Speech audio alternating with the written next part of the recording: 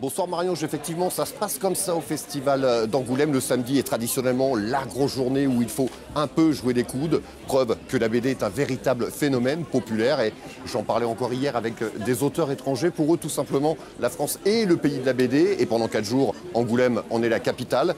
Pas de périph' ici, mais vous allez voir les embouteillages, ça commence tôt le matin. Le temps maussade n'aura rien fait pour les dissuader. Plusieurs centaines de mètres de file d'attente et au premier rang les plus férus. Certains se sont posés ici à des heures où d'autres se couchent. Depuis 1h30 ce matin. Pourquoi vous êtes le premier là en fait? C'est pour un auteur, M. Tarquin, qui est très difficile à avoir et si on se lève pas tôt, on l'a pas. Et pourquoi on arrive si tôt alors? Parce qu'il y a des auteurs qu'on voit pas ailleurs. C'est l'occasion de les rencontrer et comme il y a beaucoup de demandes, voilà. À 10h, coup d'envoi. Le marathon de ces passionnés peut commencer. Et la popularité des auteurs se juge tout de suite à la longueur de la file d'attente. Mais le festival n'est pas qu'une affaire de mordus de BD. Et cette journée du samedi est aussi transgénérationnelle. Je viens à Angoulême depuis 1984 et pour la première fois j'amène ma fille de 9 ans. Et là, c'est quelle série que vous faites dédicacer? C'est la fin du monde, c'est sur l'Arche de Noé, c'est le style, un excellent dessinateur humoristique. Et ça c'est une petite histoire de viking pour mon fils qui a 5 ans. Je l'ai pas encore amené, il va attendre encore quelques années avant de venir. Quand les politiques en profitent pour se faire guider à travers les stands, certains découvrent l'événement et d'autres continuent à picorer ici ou là. Il y en a pour tout le monde. Il y a les mangas, il y a les BD, il y a filles, garçons, il y a tout. Voilà, tout style. Puis en fonction de ce qu'on découvre, les artistes. Le monde est là effectivement, mais bon on a le temps, on a pris 2 jours, donc on flâne tranquillement. Voilà. Vous faites des achats? Ah oui, forcément. Les dédicaces on est un peu découragés, donc c'est pas le plus important. Mais on découvre aussi des séries, on flâne.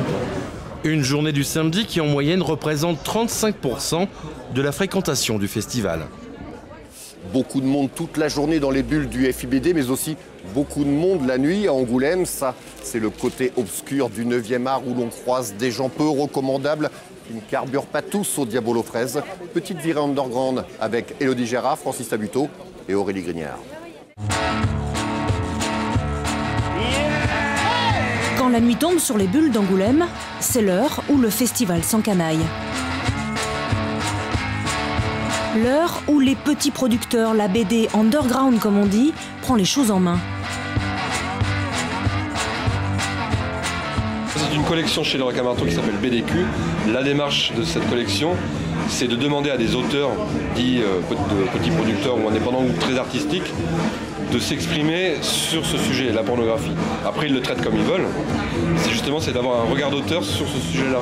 Si vous connaissez la collection, ça ne donne pas une bête collection de livres de fesses. Soirée impertinente, indépendante, voire décadente, le ton des afters BD est donné, porté par quelques grands noms du 9e art.